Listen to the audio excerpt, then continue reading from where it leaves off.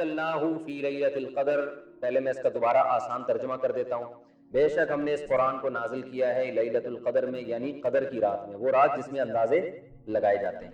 یعنی اللہ کی طرف سے اندازے لگائے تو نہیں کہنا چاہیے، اللہ کی طرف سے اندازے کیے جاتے ہیں. اور وما ادراک ما لیلۃ القدر، آپ کو کیا معلوم کہ قدر کی رات کیا ہے. لیلۃ القدر خیر من الف شہر، یہ رات 1000 مہینوں سے بہتر ہے. تنزل الملائکۃ والروح، فرشتے اور روح اس میں نازل ہوتے ہیں. بإذن ربہم، اپنے رب کے حکم کے ساتھ. من کل امر، ہر قسم کے امر کے ساتھ. سلام ہی، یہ رات سلامتی ہے. حتی مطلع الفجر، فجر کے طلوع کے وقت تک. نبی صلی اللہ علیہ وسلم کے پاس بعض صحابہ نے آیا، عرض کیا یا رسول اللہ، پچھلی امتوں کی عمریں تو بہت لمبی ہوتی تھی اور وہ اتنے سال عبادت کرتے تھے، ہماری امت کی عمریں تو کم ہیں، تو ہم تو ان کے مقام تک پہنچ ہی نہیں سکتے. تو اس پر اللہ نے یہ صورت نازل کی کہ تمہیں ایک رات ہم نے ایسی دی ہے جو 1000 مہینوں سے بہتر ہے. یہ پچھلی امتوں کو یہ رات نہیں ملی. تو یہ اس کا شان نزول ہے کہ جو بھی اس رات میں عبادت کرے گا اس کی 1000 مہینے 80 سال بنتے ہیں. تو اب کسی کی زندگی میں 10 دفعہ بھی لیلۃ القدر آ گئی تو 80 سال کو آپ ضرب دے دیں 10 سے، 800 سال کی عبادت. ٹھیک ہے نا، اگر زندگی میں 10 دفعہ آ گئی نا کسی کی لیلۃ القدر، اور لیلۃ القدر مل گئی اس کو، تو اللہ نے اس کی یہ صورت اس پہ نازل فرمائی. یہ امت کو تحفہ ہے، اس سے پہلی امتوں کو ایسا تحفہ نہیں ملا. کہ میں اس کو اکثر ایک مثال سے کہتا ہوں کہ بھائی جیسے خصوصی پیکج ہوتے ہیں نا، کمپنیاں خصوصی پیکج نکالتی ہیں، بھائی قیمتیں آدھی ہو گئی ہیں فلاں سے فلاں تاریخ تک. تو اللہ تعالیٰ نے بھی اس میں ایک پیکج نکالا ہوا ہے کہ بھائی رمضان میں نیکی کا ثواب بڑھ جاتا ہے، پھر رمضان ایک الگ پیکج ہے، پھر رمضان کا آخری عشرہ وہ اور زیادہ ایک خصوصی پیکج، پھر اس میں جو طاق راتیں ہیں وہ اور خصوصی پیکج، اور اس میں جو لیلۃ القدر ہے وہ اس میں ایک نیکی کریں گے ایسے ٹھک ٹھک ٹھک جو ہے نا گراف اوپر جانا شروع ہو جائے گا. ایک دفعہ سبحان اللہ ایسے جیسے لاکھوں کروڑوں دفعہ ہو گیا. تو ایک 2 رکعت نوافل ایسے جیسے لاکھوں رکعت نفل پڑھ لی آپ نے، تو ایک دم گراف جو ہے نا اس کا بہت اوپر جائے. آپ خود سوچیں کہ ایک رات کی عبادت 80 سال سے بہتر ہے، تو کتنی بڑی فضیلت ہے. یہ اس امت کو اللہ کی طرف سے ملی ہے. تو اللہ نے فرمایا ہم نے اس رات کو اس قرآن کو اس رات میں نازل کیا. تو اس رات کو بھی اللہ نے اس لیے فضیلت والا بنایا کہ قرآن کا نزول اس رات میں شروع ہوا ہے. پورا قرآن تو نازل نہیں ہوا، ابتدا اس رات میں. نبی صلی اللہ علیہ وسلم جو پہلی وحی آئی تھی وہ لیلۃ القدر میں آئی تھی. تو وہ کون سی رات تھی معلوم نہیں ہے، آخری عشرے میں کوئی بھی رات ہو سکتی ہے اور وہ چینج بھی ہو سکتی ہے، جو راجح قول ہے علماء کا. تو جب پہلی دفعہ جب قرآن نازل ہوا نا تو وہ رات کون سی تھی اللہ کے علم میں؟ وہ لیلۃ القدر کی رات تھی. تو اللہ نے اس رات کو فضیلت یہ دی ہے، اس میں قرآن کا نزول ہوا ہے. تو یہ بھی ایک بڑی برکت کی فضیلت کی چیز ہے کہ اللہ کسی اور رات کا بھی انتخاب کر سکتے تھے، تو اللہ نے رمضان کے مہینے کا انتخاب کیا، رمضان کے آخری عشرے کا انتخاب کیا، اور جس رات کا انتخاب کیا وہ لیلۃ القدر تھی. وما ادراک ما لیلۃ القدر، فرمایا تمہیں کیا معلوم کہ لیلۃ القدر کیا ہے. یہ عظمت بیان کرنے کے لیے لیلۃ القدر خیر من الف شہر، یہ رات 1000 مہینوں سے بہتر ہے. لیلۃ القدر خیر من الف شہر. اور پھر اس میں الگ برکتیں بھی الگ سے نازل ہوتی ہیں. تنزل الملائکۃ والروح فیہا بإذن ربہم من کل امر، فرشتے اور روح سے مراد ہے جبریل علیہ السلام. قرآن میں ایک اور مقام پہ آپ کو نزل بہ الروح الامین کہا گیا ہے. روح الامین، روح اس لیے کہا جاتا ہے کہ انسان جو ہے نا مادی زندگی اور روحانی زندگی دونوں کا مجموعہ ہے. مادی زندگی کو طاقت ملتی ہے ڈاکٹروں سے، وہ آپ کی باڈی کا خیال کرتے ہیں. روحانی زندگی کو طاقت ملتی ہے وحی سے. تو جبریل علیہ السلام ہر پیغمبر پر وحی لے کر آتے تھے. تو اس لیے انسانوں میں روح پھونکنے کا ذریعہ، روح کا ذریعہ کون بنے؟ جبریل علیہ السلام. یعنی انسانوں کی روحانی زندگی کو طاقت بخشنے کا ذریعہ کون بنے؟ جبریل علیہ السلام. اس لیے ان کا نام ہی، لقب ہی اللہ نے روح رکھ دیا ہے کہ آپ کی روحانی زندگی کے لیے کیا ہے؟ وہ طاقت اور قوت کا سبب. اور روح الامین اس لیے کہ امانت دار ہیں، جو وہی آسمان سے نبی پر لے کر آتے ہیں اس میں خیانت نہیں کرتے، پورا پیغام پہنچاتے ہیں. آپ نے دیکھا ہوگا نا، آپ کسی کو بھیجو کسی کام کے لیے کہ بھئی فلاں کی جا کے میرا یہ پیغام دے دینا، تو وہ بعض دفعہ اپنے مطلب کی چیزیں بھی اس میں کچھ ایڈ کر دیتا ہے. ٹھیک ہے نا، ایسا بہت ہوتا ہے. تو اس کو یہ اچھا نہیں لگ رہا ہوتا تو وہ ایڈ کر دیتا ہے. بعض لوگ ترجمہ کر رہے ہوتے ہیں، پورا نہیں کر رہے ہوتے. میں نے دیکھا ایک خطیب صاحب حرم کے امام آئے، شیخ سدیس، وہ ترجمہ کر رہے تھے اور اس میں انہوں نے امام حنیفہ کی تعریفیں بھی کی عربی میں. تو وہ جو ترجمہ کر رہا تھا نا وہ تعریفیں پی گیا. ٹھیک ہے نا، یہ ہوتا ہے. وہ بیچاروں کو تو پتہ ہی نہیں چل رہا تھا کہ یہ اردو میں کیا ترجمہ کر رہا ہے. تو ایسا بھی ہوتا ہے.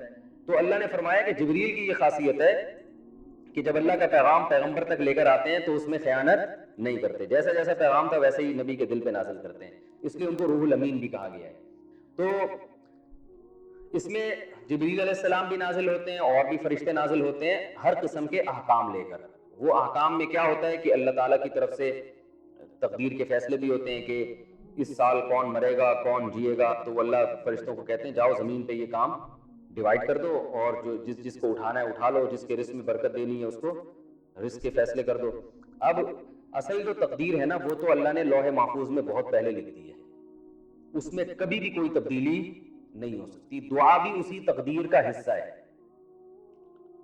جیسے اللہ نے کسی کے بارے میں لکھ دیا نا کہ اس کو روزی ملے گی، اب اس کو روزی مل نہیں رہی ہوتی تو اللہ سے دعائیں مانگتا ہے اور روزی ملنا شروع ہو جاتی ہے۔ تو اصل تقدیر میں لکھا ہوتا ہے کہ اس کو روزی ملے گی نہیں، یہ دعائیں مانگے گا، اس دعا کی وجہ سے اس کی روزی میں برکت ہو جائے گی۔ تو وہ ہر چیز یعنی آپ کا عمل بھی پہلے سے طے شدہ ہے، حتیٰ کہ جنت اور جہنم بھی پہلے سے طے شدہ ہے۔ یعنی اس میں لکھا ہوا ہوتا ہے کہ یہ انسان، اس کے پاس پیغمبر آئیں گے، اس کو سیدھی راستہ بتائیں گے، یہ اپنے اختیار سے غلط راستہ اختیار کرے گا اور بالآخر جہنم میں جائے گا۔ تو اب اس میں ظلم اس لیے نہیں ہے کہ اللہ کا علم کامل ہے، اللہ کو پتا ہے کہ میں جب آزماؤں گا تو کون آزمائش میں پورا اترے گا اور کون اس آزمائش میں ناکام ہوگا۔ تو اللہ کا علم کامل ہے نا، اس لیے بعض علماء کہتے ہیں کہ تقدیر اللہ کے علم کا نام بھی ہے، تو اس حساب سے ہر چیز لکھی ہوئی ہے۔ اب سوال یہ پیدا ہوتا ہے، لوگ یہاں یہ اشکال کرتے ہیں پھر عمل کا فائدہ کیا؟ بھائی جب سب پہلے سے لکھا ہوا ہے تو عمل کا فائدہ کیا؟ بھائی عمل کا فائدہ یہ ہے کہ عمل بھی پہلے سے لکھا ہوا ہے اور وہ آپ کو پہلے سے پتا ہوتا نہیں ہے، آپ جب کام کریں گے تو پتا چل جائے گا کہ پہلے سے لکھا ہوا ہے، ٹھیک ہے نا؟ اگر نہیں کریں گے تو پتا چل جائے گا کہ لکھا ہوا نہیں تھا۔ اب چونکہ پتہ ہی نہیں ہے تو یہی آزمائش ہے۔ اس کی میں ایک مثال دیتا ہوں کہ ایک زید نے مثلاً بکر کو قتل کیا، ٹھیک ہے نا؟ پیر کے دن زید نے بکر کو قتل کیا 6 بجے فار ایگزامپل۔ بکر کے وارثوں نے زید کو پکڑ لیا، بولا تو نے بکر کو مارا تھا لہٰذا اب ہم تجھے بھی قتل کریں گے۔ تو زید کیا کہتا ہے؟ زید جو قاتل ہے وہ کہتا ہے دیکھو پیر کے دن صبح 6 بجے اس کی تقدیر میں قتل ہونا لکھا تھا یا نہیں لکھا تھا؟ ہر چیز پہلے سے لکھی ہوئی ہے نا۔ تو بکر کے وارثوں کا چونکہ ایمان ہے وہ کہیں گے ہاں لکھا ہوا تھا۔ تو زید کہے گا کہ میرا پھر قصور کیا؟ بھائی اس کا تو قتل سے ہی مرنا تھا، اس نے، میں نے تو وہی کام کیا جو تقدیر میں پہلے سے لکھا ہوا تھا۔ تو بکر کے وارثین کیا کہیں گے؟ یہی کہیں گے نا کہ یہ لکھا ہوا تو قتل کے بعد پتہ چلا ہے نا، قتل سے پہلے تھوڑی پتا تھا کہ لکھا ہوا ہے۔ تم نے تو اپنے اختیار سے یہی ایسا کام کیا جس کا پورا مکمل تمہیں اختیار تھا۔ یہ تو اللہ کو پہلے سے علم تھا کہ زید مکمل اپنے اختیار کے ساتھ بغیر کسی جبر و اکراہ کے پیر کے دن صبح 6 بجے بکر کو قتل کرے گا، یہ تو اللہ جانتا تھا اور اللہ کے علاوہ کوئی نہیں جانتا تھا۔ تم جب بکر کو قتل کرنے کے لیے جا رہے تھے پیر کے دن صبح 6 بجے تو تمہیں کہاں سے علم ہو گیا کہ تقدیر میں لکھا ہوا ہے؟ تو کسی پیغمبر کو بھی اللہ نے تقدیر کا علم دیا، تو تم تو یہی ظلمی کی نیت سے جا رہے تھے نا۔ تو یہ تو ہے تحقیقی جواب۔ اگر زید کی سمجھ میں یہ جواب نہ آئے، وہ کہے نہیں جی تقدیر میں تو لکھا ہوا تھا تو میں نے کون سا جرم کیا، میں سزا کا مستحق نہیں ہوں، تو بکر کے وارثوں کو چاہیے پھر وہ زید کو کہیں کہ ہم آپ کی گردن اڑا رہے ہیں، لکھا ہوا ہوگا تو مر جاؤ گے، نہیں لکھا ہوا ہوگا تو نہیں مرو گے۔ تو جیسے آپ بے قصور تھے اس کو مارنے میں تو ہم بھی آپ کو مارنے میں کیا ہے، گردن اڑا دیں اور پھر نوٹ کر لیں کہ تقدیر میں لکھا ہوا تھا کہ زید نے منگل کے دن صبح 6 بجے انتقال کرنا تھا۔ لہذا زید کے وارثین اگر آئے تو جو دلیل زید نے بکر کے قتل پہ پیش کی تھی وہی دلیل آپ زید کے قتل پہ پیش کر سکتے ہیں۔ تو تقدیر ایک حقیقت ہے، یاد رکھیں یہ اہل سنت والجماعت کا متفق علیہ عقیدہ ہے۔ بہت ساری احادیث اور قرآن کی آیتیں اس پر کہ ہر چیز پہلے سے طے شدہ ہے، اس میں پتہ بھی اس تقدیر کے بغیر نہیں ہل سکتا، جو کچھ لکھا حتیٰ کہ جنت جہنم سب چیزیں، لیکن یہ اللہ نے علم چھپا دیا ہے اور یہی انسان کی آزمائش ہے۔ اب اگر کوئی شخص بدعمالیاں کر کے جہنم میں جائے گا وہ یہ نہیں کہہ سکتا کہ اللہ میری مقدر میں چونکہ جہنم تھی اس لیے جا رہا ہوں، اللہ کہے گا تجھے پہلے کس نے بتا دیا تھا تیرے مقدر میں؟ تو وہ جواب، اور تو نے تو زنا کیا، شراب پی، یہ کیا، اس لیے جہنم میں جا رہا ہے، تو وہ کہہ سکتا ہے اللہ زنا شراب بھی تو تقدیر میں تھے نا، تو اللہ یہی کہے گا جب تک زنا کیا نہیں تھا تو تجھے کس نے بتایا تھا، تو بچ جاتا، تو اس سے یہ ثابت ہو جاتا ہے کہ تیری تقدیر میں بچنا لکھا ہوا ہے۔ سمجھ میں آ رہی ہے بات؟ تو یہی انسان کی کیا ہے، آزمائش ہے۔ تو اللہ ہم سب کو جنت میں لے جائے اور ہماری مقدر میں جنت ہی لکھی ہوئی ہو، اللہ کرے۔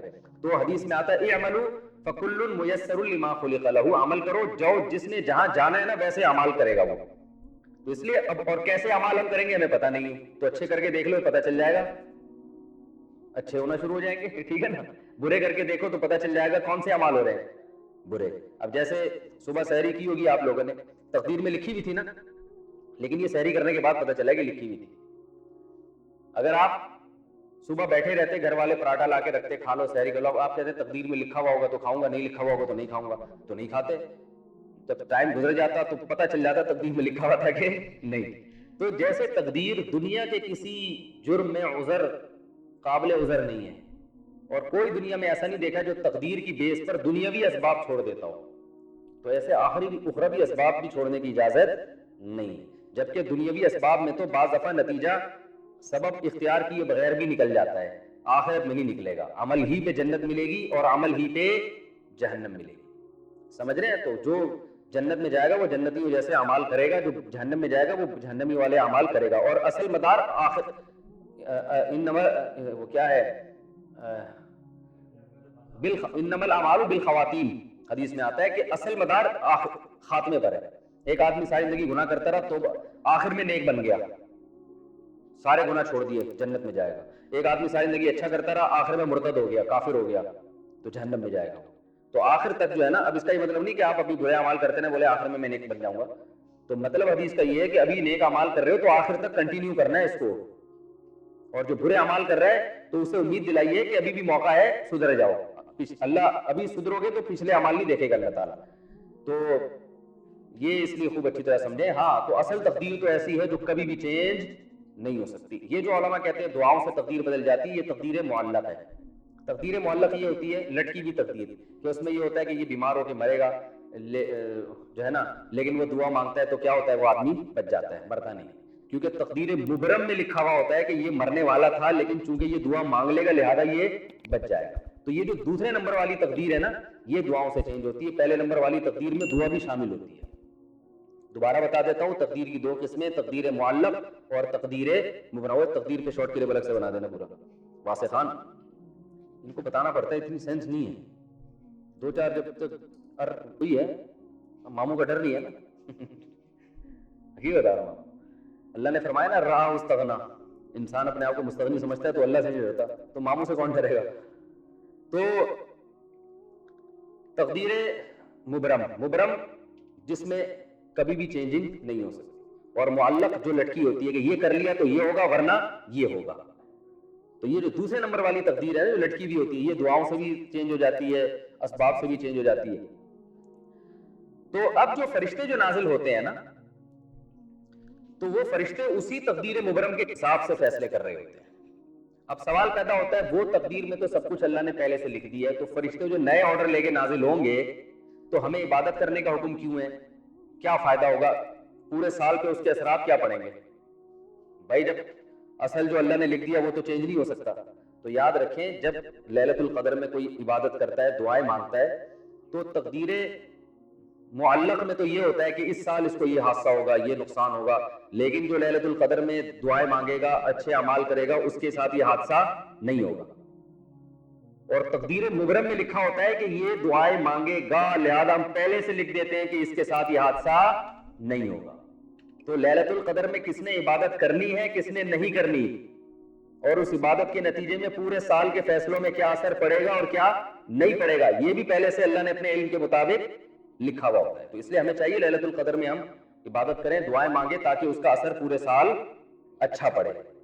ٹھیک ہے نا, یہ بھی ایک لیلۃ القدر کا فائدہ ہے کہ کیونکہ اس میں فرشتے نازل ہوتے ہیں, تو وہ اللہ کے فیصلوں کے ساتھ, تو فیصلہ ظاہر ہے جو اچھے کام کرے گا اس کے حق میں اچھے فیصلے ہوتے ہیں, جو برے کام کرتا ہے اس کے حق میں برے فیصلے. اس لیے علماء کہتے ہیں کہ لیلۃ القدر کی رات میں گناہ کرنا یہ بہت بڑی تباہی ہے, کیونکہ آپ اس وقت میں برائیاں کر رہے ہو جب آپ کے پورے سال کے فیصلے ہو رہے ہیں. جج جب فیصلہ لکھ رہا ہو نا, اور اس وقت آپ جج کو گالیاں دینا شروع کر دو, تو اچھا فیصلہ بھی وہ کیا کر دے گا, چینج کر دے گا. تو اس لیے لیلۃ القدر کی اس لحاظ سے بھی بڑی اہمیت ہے کہ پورے سال کے فیصلے ہو رہے ہیں, تو وہ فیصلے معلق والے فیصلے کہ جو یہ کرے تو یوں کر دینا, یہ کرے تو یوں کر دینا, وہ والے فیصلے, لیکن جو اصل ہے وہ پہلے سے طے شدہ ہے. تو تنزل الملائکۃ والروح فیہا باذن ربہم من کل امر سلام ہی, اللہ فرماتے ہیں یہ رات سراسر سلامتی ہے, اور طلوع فجر تک. تو لیلۃ القدر کا وقت شروع ہوتا ہے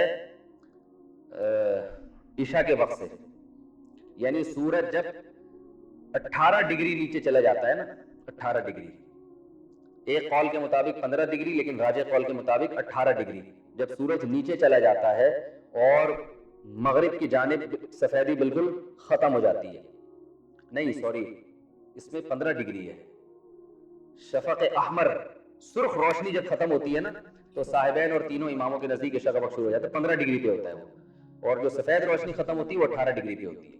تو 15 ڈگری جب سورج نیچے جاتا ہے اور سرخ روشنی ختم ہو جاتی ہے تو عشاء کا وقت شروع ہو جاتا ہے. اور لیلۃ القدر بھی, یہ لیل عربی میں اسی ٹائم کو کہتے ہیں لیل. اور جیسے ہی فجر کا وقت شروع ہوتا ہے, فجر کا وقت بھی جب سورج مشرق کی طرف 15 ڈگری پر ہوتا ہے, جو ہمارے حضرت کا قول تھا اور ہم بھی اسی پر عمل کرتے ہیں, تو اس وقت فجر کا صبح صادق شروع ہو جاتی ہے. اور جو دوسرے علماء ہیں ان کے نزدیک جب سورج 18 ڈگری پر ہوتا ہے, تھوڑا پہلے شروع ہوتی ہے, اور ہمارے حضرت کے ٹائم کے مطابق تھوڑا بعد میں شروع ہوتی ہے. وہ میں نے اس پر بیان بھی کیا ہے. تو بہرحال جیسے ہی صبح صادق شروع ہوگی لیلۃ القدر ختم. تو یہ جو پیکج ہے نا بس اسی ٹائم کے لیے. تو اس پہ لیلۃ القدر کے بارے میں کچھ لوگوں کو سوالات یہ ہوتے ہیں کہ ہر ملک میں الگ ہوتی ہے یا کیا ہوتا ہے. جیسے سعودی عرب میں 27ویں رات ایک دن پہلے آ جاتی ہے, ہمارے ہاں ایک دن بعد آ جاتی ہے. تو جس سعودی عرب میں جب اگر لیلۃ القدر ہوگی تو کیا ہمارے ہاں اسی رات کو ہوگی, اگلی رات کو ہوگی؟ تو راجح قول اس میں یہ ہے کہ ہر ملک کی اپنی لیلۃ القدر ہوتی ہے. جب یہاں جیسے سعودی عرب میں اگر 27ویں رات پہلے ہے اور ہمارے یہاں اگلے دن ہے, تو ہمارے یہاں لیلۃ القدر 24 گھنٹے بعد ہوگی. اس کی دلیل یہ ہے کہ شریعت میں جتنے بھی احکام ہیں نا جن کا ٹائم سے تعلق ہے, تو اس میں اسی جگہ کے ٹائم کا اعتبار ہوتا ہے جس جگہ پر آپ ہیں.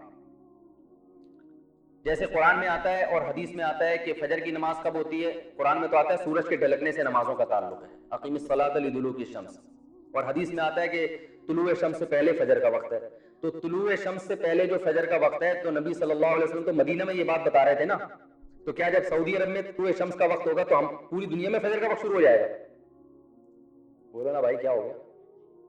ظاہر ہے سعودی عرب میں بھی صرف مدینہ میں اس وقت فجر کا وقت ہوگا, اور سعودی عرب کے وہ جگہ جو مدینہ سے دور ہیں وہاں فجر کا وقت اس وقت ہوگا جب وہاں سورج نکلنے سے پہلے تک, ٹھیک ہے نا, وہاں جب صبح صادق ہوگی.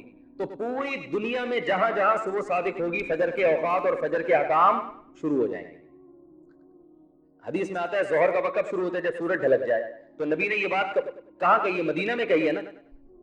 تو اب یہ نہیں کہ مدینہ میں سورج ڈھلک گیا تو پوری دنیا میں ظہر کا وقت ہو گیا, بلکہ پوری دنیا میں جہاں جہاں سورج ڈھلکے گا وہاں وہاں ظہر کا وقت شروع ہوتا چلا جائے گا. مدینہ میں جب ہوا تو مدینہ سے جو علاقے مغرب کی طرف ہے ان میں بعض میں 5 منٹ بعد ہو رہا ہے, اور تھوڑا اور آگے جائیں گے تو 10 منٹ بعد, اور آگے جائیں گے تو وہ ہر سیکنڈ کے فرق سے فرق پڑتا چلا جائے گا, ٹھیک ہے نا. تو بالکل اسی طرح رمضان, ہر ملک کا رمضان جو ہے نا, جب وہاں چاند ہوگا تو وہ بشرطے کہ گورنمنٹ اس کو مان لے, نہیں مانتی تو پھر جیسے گورنمنٹ فیصلہ کرے.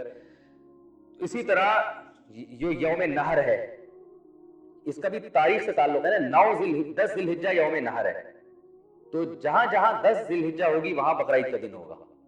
اور جہاں یوم عرفہ, تبھی لوگ کہتے ہیں نا ہم عرفہ کا روزہ سعودیہ کے حساب سے لکھیں کیونکہ وہ وہاں میدان عرفات میں لوگ جمع ہوتے ہیں. بھائی یوم عرفہ 9 ذی الحجہ کو کہتے ہیں, تو یہاں کا 9 ذی الحجہ یہاں کے اعتبار سے ہوگا, سعودیہ کا وہاں کے اعتبار. سعودیہ کے 9 ذی الحجہ پہ آپ نے روزہ نہیں رکھنا, جو صحیح قول ہے. تو اسی طرح لیلۃ القدر, خود رات بھی, تہجد جو ہے نا, تہجد رات کے آخری حصے میں حدیث میں آتا ہے اللہ آسمان دنیا پہ آتے ہیں.